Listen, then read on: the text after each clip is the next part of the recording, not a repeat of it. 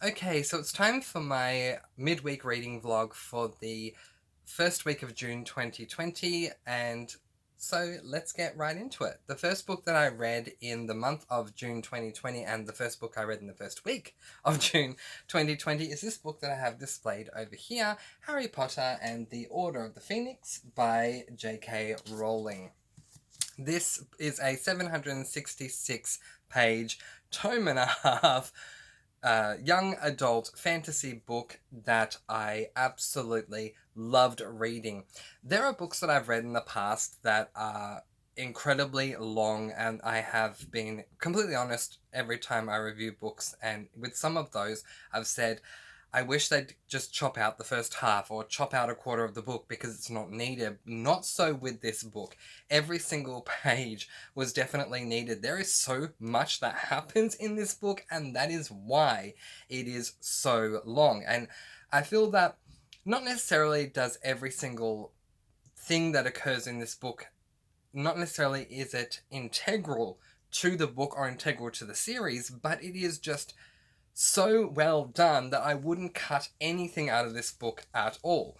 Now, I'm going to be doing a review on Harry Potter and the Order of the Phoenix a little later on today, where I will do a spoiler-free and a spoiler version in one. And in the spoiler version, I have so much to talk about because of just how much goes on in this book. But just to give you a little rough spoiler-free idea here for the purpose of a midweek vlog, the character building for some of these characters is incredible, especially Ginny Weasley. Now, it is my belief that Ginny Weasley is not very well represented in the movies. The things they do in these movies, I mean, the first 3 films are so good, and then the last 5 are just really not as good as the books are. I do appreciate the very last film, Harry Potter and the Deathly Hallows Part 2. Didn't really appreciate Part 1. We'll get to that when we get to reading Deathly Hallows, the book. But there are just many reasons why I didn't like the films from film 4, Goblet of Fire, onwards. So for the first 3 books, I read the books and also watched the films before I did a detailed review. I chose not to watch the 4th film because of just how much I loved my reread of the 4th book, and I didn't want to ruin it for myself, and I did the same with The Order of the Phoenix. I'm not going to watch the film so that I can just keep in mind the book and stick with my memories that I have of the book itself. But it was a really fun read. I love being in Harry Potter's world. I love being back at Hogwarts. I love all the things that go on there. Now, a minor, very, very minor spoiler about this series as a whole is that every single year, one of the classes at Hogwarts, known as Defense Against the Dark Arts, every single year there is a new teacher for that class. There is a rumour that's going around the school that the class is cursed, and therefore there is a new teacher every year. So the teacher this year, her name is Dolores Umbridge, and what makes her interesting is that she comes from the actual department, the Ministry of Magic. I almost said the wrong thing there. The Ministry of Magic. So she is the undersecretary to the minister, and it makes for an interesting journey with her being at Hogwarts because she influences a lot of things that happen. We'll get more into that in the review, but that's one thing that I remembered going back into this book because I haven't read it in a very long time. I think it's been at least 5-6 years since I've read Order of the Phoenix. I remembered Umbridge, but I didn't remember much else at all, and there is so much that goes on in this book. If you've been keeping up to date with my Goodreads, I don't know what you call that, Goodreads vlog, Goodread notes, every day I was updating this, I was just putting in little notes of the amount of things that had happened that I'd read that day, and there was just so much every single day of what I was reading to write about that there was nowhere near enough room to fit it all in. That's how compact, and not how compact, but how much there is in this book, and it is worth the 766 page read. So this took me 3.5 days to get through. but mainly the reason why it only took 3.5 days for me to get through is because of my booktube channel. I want to get through 3 books in a week so I can talk to you guys by the time I get to the end of the week about 3 different books. Otherwise, I would have purposefully slowed down and probably taken at least a week to read this so that I could enjoy it for more time, so that I could extend the longevity of my reading experience with this book. But in saying that, I loved this book so much, and I will be doing a review on it a little later on today, spoiler free and spoiler, and we'll talk about that over there. So to the book I'm currently reading at the moment, and that is The Last Smile in Sunder City by Luke Arnold. Now, this is a book that I was given complimentarily by my bookstore, who have been delivering books to me, and they included this book in for free, complimentarily, and I really appreciated that. They've been doing this for the last couple of deliveries, including books for free, and I tried to choose one and, read it for that month so that I can explore something that I probably otherwise would not have chosen. Last month, I did it with a book called The City We Became, and I ended up DNFing that book because, as much as I don't like this word, it's the only way to describe it, I wasn't vibing with that book at all. With this book, I'm not going to DNF it, I am going to finish it, but I have very mixed feelings about this book. So, the premise of this book is incredibly interesting. This book takes place in a world of magical creatures and magical beings, but the magic doesn't exist anymore because something happened that you find out at the start of the book to stop the magic, to dry the magic out and stop it from existing. It's such an interesting premise to have all these magical beings and creatures, but to have them not be able to access their magic. But as wonderful as a premise can be, the execution needs to be just as good, if not better. And I felt that the execution fell incredibly flat. And that's no offense to Luke Arnold, the author of this book. But this book is...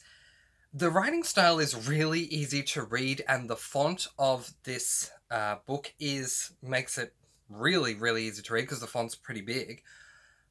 But the actual writing itself is very dry.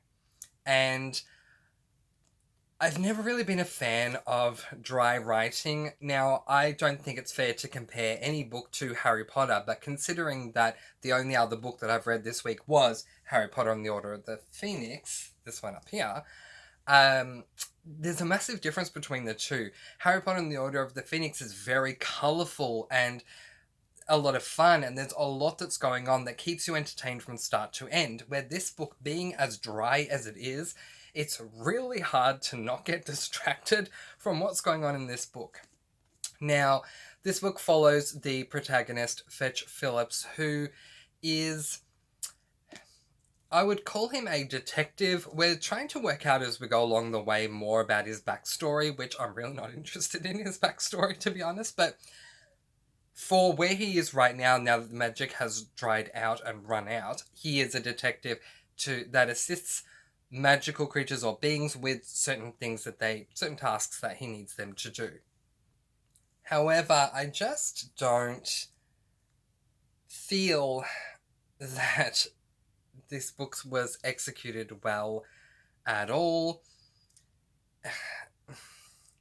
I wanted to love this book because of the premise, because it's something different, and I feel that the idea of a world that has magical beings and magical creatures in a time where magic doesn't exist sounds so incredibly interesting. But the way that Luke Arnold goes about writing this book, I don't think he could have made it any drier than he has, and it's just not that interesting to me. I do also feel that this book is more character driven than plot driven, because we're getting the smallest bit of the plot moving forward as this detective is trying to solve a couple of cases, and so it moves forward a little bit and then bam, it just sort of suddenly stops, and then we're focusing on a creature or a type of creature and learning more about that creature and getting more world building through character building, I guess. But it just couldn't be any more boring for me because I love magic, and that's why most of my bookshelf is filled with fantasy books. I mean, I love magic.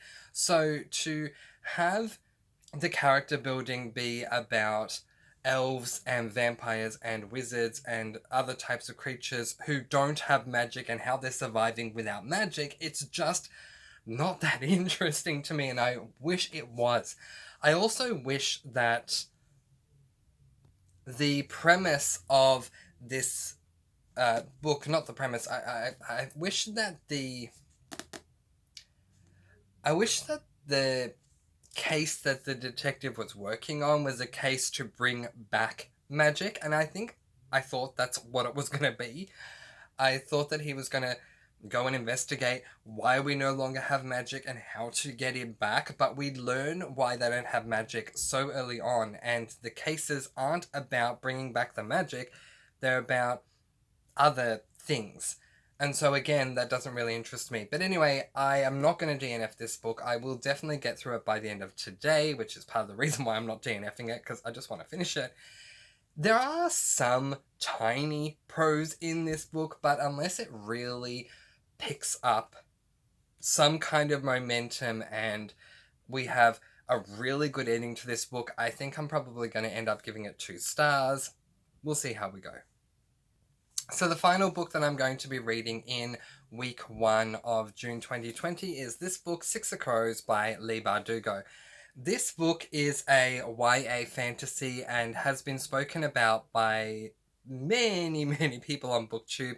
It is a very popular series, but I have also found it to be very polarizing in that people either really love it or they really don't love it. So can't wait to read it myself and see what my thoughts are.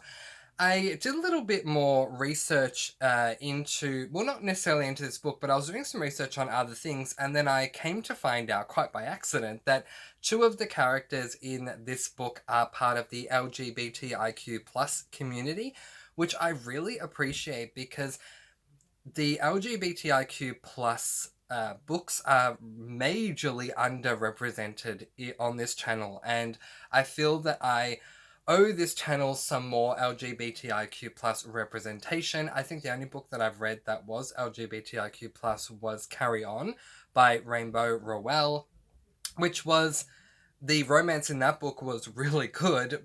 The spells were a bit but the romance in that book was really good, so I'm glad that there is LGBTIQ plus representation in this book, and I'm going to do what I can to see if I can get some LGBTIQ plus books put onto my July TBR. Speaking of which, if you have any suggestions for LGBTIQ plus books for my July TBR, please let me know in the comment section below, and yeah, I'll do a bit of research, and if they're the kind of books that I feel interested in reading, I'll definitely add them to my July TBR so that I can start representing that community more than I have been. It is one regret that I have so far that we're in June and I've only read 1 LGBTIQ plus book. But anyway, hopefully that will change come next month. So this book, the premise of this book is that it follows all these people who become part of, I guess, like a thieving crew or something like that, and they're trying to pull off an impossible heist. But as I said, it's very polarizing. People either love this book or they hate this book. So I'm very interested to find out where I fall in this book, with this book, and what my thoughts are with this book. So this is where things stand with me at the moment. I have read Harry Potter and the Order of the Phoenix, and I gave it 5 stars. I am currently reading The Last Smile in Sunder City, and unless it really improves, I'm going to give it 2 stars. And the next book that I'm going to be reading is The Six of Crows by Leigh Bardugo, and I'm really excited to see where that is going to go.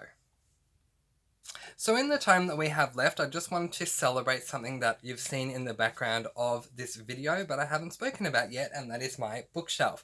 This is the first time that you are seeing me sitting in front of a bookshelf for my weekly vlog, midweek vlog in this case, but any of my weekly vlogs, and the reason for that is Believe it or not, I have never owned a bookshelf. I know, as someone who loves reading, it was weird to me too. So I ended up buying a bookshelf. Now, I know that there are booktubers out there who think that they need to buy a bookshelf to be a booktuber, but I never felt that way. I've obviously had this channel since January of 2020, and I never really filmed in front of a bookshelf because I never really felt the need. However, I needed a bookshelf because I was buying so many books and I needed a place for them to go so that they didn't just end up in piles and stacks around my room. So I ended up purchasing this bookshelf, and I just quickly want to give you a very quick bookshelf tour. This is not going to be an extended one, but maybe towards the end of the month we'll do a more extended bookshelf tour. But here we go. So currently my bookshelf is split into 8 sections. You can see the first 6 here. So we have 1, 2, 3, 4, 5, 6, and 5, 6, and then I have 2 below this section that I'll get to in a moment. So I just want to quickly tell you how I'm categorizing my bookshelf, and then in another video we'll go through the books that I have and things like that. We'll do a proper bookshelf tour. But for this one, I just want to talk about how I'm categorizing them. So in this bookshelf, I have my Vampire Academy books. If you've been following my channel for a while, you know that every month I'm reading a new Vampire Academy book. In fact, this month on my June TBR, I have book number 5. So when I'm done with that, that will go up there. Just put that away. And then in August, I'm going to read book 6. And then I will... Sorry, I got that wrong. In June, I'm going to read book 5. And then in July, I'm going to read book 6. And so then the series will be complete, and I'll put them up in this shelf up there. Now, if you've been following my channel, I'm sure that this shelf over here comes as no surprise to anyone at all. It is my favourite author of all time, Brandon Sanderson. I have Mistborn on display because it is my favourite book of all time for 2020 at least, but certainly of all time if I compared every single book I've ever read. So I have all of my Sandersons here. I have the Mistborn first original trilogy there, and then I've started the second trilogy, Alloy of Law, as well, is up there, and I'm reading, so that's book 4. I'm reading book 5 this month, which is Shadows of Self, and then next month I will, like with Vampire Academy, I'll wrap up Mistborn with book 6 next month. I also have up here, I have Steelheart, which is hard for you to see. Steelheart. However, that book is a library copy. I am planning on replacing that book, however, so that's why I've got it there at the moment. Then over here I have my Harry Potter books. So we have 1, 2, 3, 4, 5. And this month I'm also going to be reading 6 and 7, so they will go up there as well. I don't currently have this version of 6 and 7, but I am hoping to find it at some point, and when I do, I'm going to put that version of 6 and 7 in that section there. So these are all fantasies, but they're fantasies that I absolutely love. My favourite series of all time, Mistborn, then Vampire Academy, and Harry Potter. This section is my Dystopian section, and this will get a lot more full as time goes on, but I have The Hunger Games here by Susan Collins, Divergent here by Veronica Roth. I'm reading the sequel of both of those in this month, in June, and then in July I might read the third in both of them. We'll see how we go, but they'll then be added here. I then have the Selection series, which I gave 5 stars to both of those books, and I love them so much. I currently have the Selection on display. This book too is a library book. I am going to replace that one, but I do love these covers, so I'm going to work very hard to keep them in this cover vein. I have 2 copies of The Elite. I don't remember why, but I have 2 copies, so that's fine. I might do a competition one day and give those away. Then over here, I have random fantasy books that weren't part of those 3 series. So I have The Heroes of Olympus, The Lost Hero, Percy Jackson and the Lightning Thief, Personal Demons, Evermore, The Replacement, Dark Fever, Aragon, and Inheritance. Over here I have my non-fantasy and non-dystopians. So I've kind of collected them all together on a shelf. If you're not a fantasy, if you're not a dystopian, you're going over here. So I have The Girl on the Train, My Dark Vanessa, which is displayed because it was such an impactful book. A book I borrowed from my best friend, Helen Keller's teacher, Bot Wars, which I'm still looking for the sequel of. If anyone knows how I can get the sequel of Bot Wars by J.V. Cade, let me know, because I can't find it. Pool Boy by Michael Simmons, and there's another one behind that. Oh, yeah, that's Goosebumps, My Hairiest Adventure next to that. And then I have another book that I won't mention at this time. And then we have the bottom 2 sections of my bookshelf, which will normally stay out of the field of vision when I'm recording. So this section is my current TBR, my June TBR. So as you can see, we have Scythe, Catching Fire, Harry Potter and the Deathly Hallows. Oh, yes, because I've moved the other Harry Potter over to my office. So, so I'll be reading Harry Potter and the Half-Blood Prince should be here before Scythe, but it's currently in my office. Scythe, Catching Fire, Harry Potter and the Deathly Hallows, Firefight, which will go into my Brandon Sanderson section when I'm done with it. Harry Potter will go in my Harry Potter section, but I'm obviously replacing that cover. Catching Fire will go into my, you can't see it right now, but into my Dystopian section. And Scythe, I don't know where that's going to go yet. Firefight will go in my Brandon Sands section. The One by Kiera Cass, which is the 3rd book in the Selection series, will go into my Dystopian section. Insurgent, 2nd book in the Divergent series, will go into the Dystopian section. Spiritbound, which will go into my Vampire Academy section, and Shadows of Self, which will go into my Brandon Sanderson section. This final section over here, this is my July TBR. I didn't want to show you guys this right away, but I'm just simply showing it to you so you can complete the very quick bookshelf tour. So I'm not going to talk too much about what is over here, but these books I'm planning on reading in July. So that's where I'm going to leave it for my June 2020 week 1 midweek TBR, midweek reading vlog. I do apologize. I hope you guys are doing really well. I'm going to let you guys go. Peace, blessings, and so much love. Mwah. And I'll see you a little later on today with my Harry Potter and the Order of the Phoenix review. Until then, happy reading. Bye, guys. Bye.